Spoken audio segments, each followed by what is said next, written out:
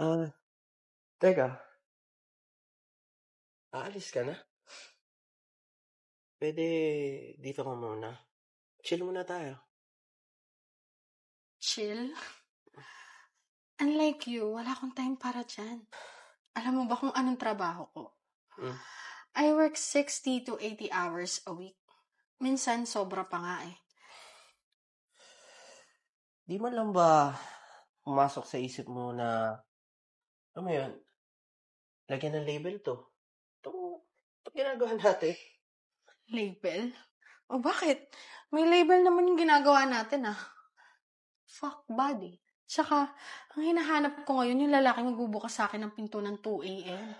Titihaya tapos papatong na lang sa akin para makaraos ako. Pero, hindi man lang ba pumasok sa isip mo na gusto mo rin pumasok sa matinong relationship?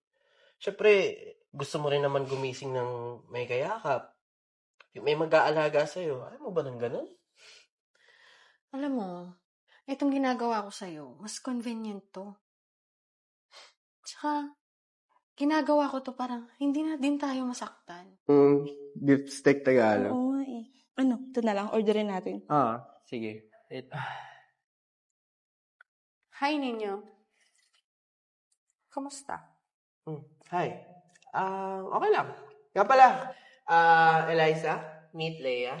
Leia, meet Eliza. Hello. Ay, iwan ko muna kayo saglit. CR lang ako. Sure. Buti napadaan ka dito. Galing ng pagpapakilala mo, no? Walang label. Wala naman talaga tayong label, Anong gusto mong gawin ko? What I mean, yung kasama mo. Pangalan lang talaga binanggit mo. Para ano? Say? Hoy, Ninyo. Gusto ko lang malaman mo na may katamutan ako. Ayoko may ibang kumakain sa plato ko. Ano? Ano pinagsasabi mo? Wala. Kakain sana ako dito eh. Kaso nakita ko kayo. Wala na ako ng gana. Problema mo? Kaya mo pa? Sinong mas magaling sa amin? Sagutin mo yung tanong ko. Ha? Ano pinagsasabi mo, gago? Di pa ba ako sapat? Tumuwad na nga ako eh. Ginawa ko na lahat. Pinahila ko na nga yung buhok ko. Tapos, humahanap ka pa ng ibang babae? Ano? Hindi kita magets. Ano ba nangyayari sa'yo?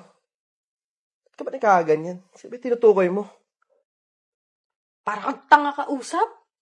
Yung babae sa resto yung tinutukoy ko. Alam mo, ang hirap sa'yo. Ikaw na nga yung may ganang magsabi na mag-level up tong relasyon na to. Tapos, ikaw pala yung naghahanap ng iba. Tapatin mo nga ako. Nagsiselos ka ba? Oo. Ay, hindi. Hindi ko alam. Ewan. Hindi ko naiintindihan yung nararamdaman ko. Sandali. Yung babae, yung tinutukoy mo sa resto? Si Eliza. Kapatid ko yun.